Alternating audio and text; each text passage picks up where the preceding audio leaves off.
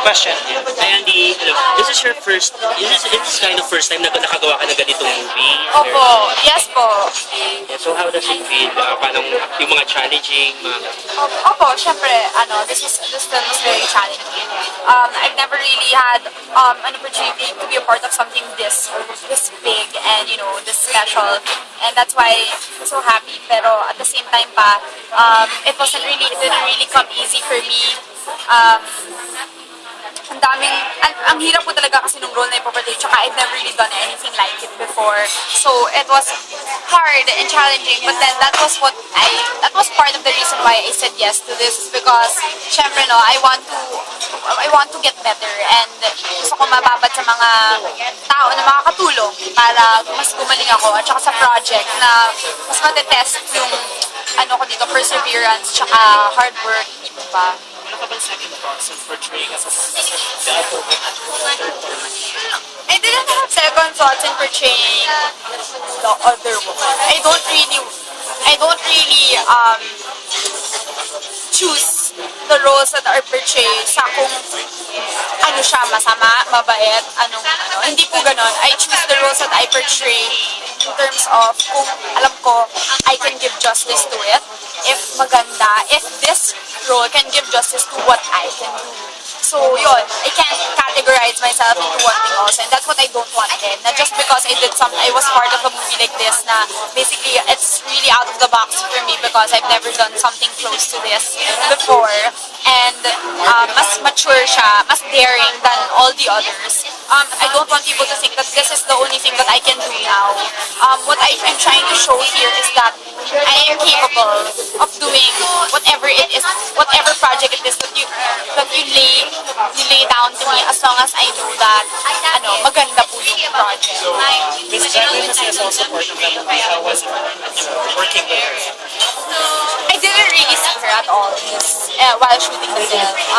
Wala kaming connection with each other whatsoever. Not even behind the scenes, I didn't really see her. So, that's Which part of the movie sobrang nahirapan ka or all, malilimutan? ano po?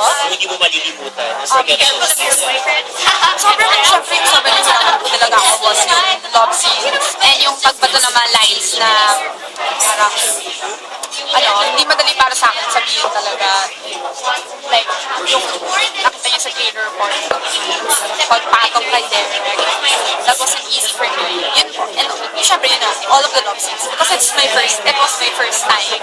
And mahirap po talaga siya, kasi yun nga po, what I was saying is that like, I just came back after I gave birth, di po ba, I was gone for a long time. I need to prove that I can do way better, because para basically, this is just the industry giving me a second chance that, of course I'm willing to take, and papakita ko na I deserve it naman. Also po, na marami na po ang napagdaanan, mga controversies, dami na po mga masasakit na salita na bato sa akin, and mga judgments na parang sobrang negative po. So that's why mahirap yun. Mas mahirap siya naging gawin sa akin kasi they might associate it with my situation in real life, that I'm a young mom. Yun po. That's what I was really scared of at first. And malayo po kasi talaga sa personality ko. In real life, I'm not really anything like my character. I love it and hate it at the same time, because I hate it because it's so hard. I don't know. I'm not ang layo sa personality ko, so extra effort to be a completely different person. But I love it because that's the challenge. That's what I'm trying to prove na I don't know how to act. I don't just portray a role well because alam ko yung personality malapit sa akin. Not because of that, but because I really study my character, I build it, I really,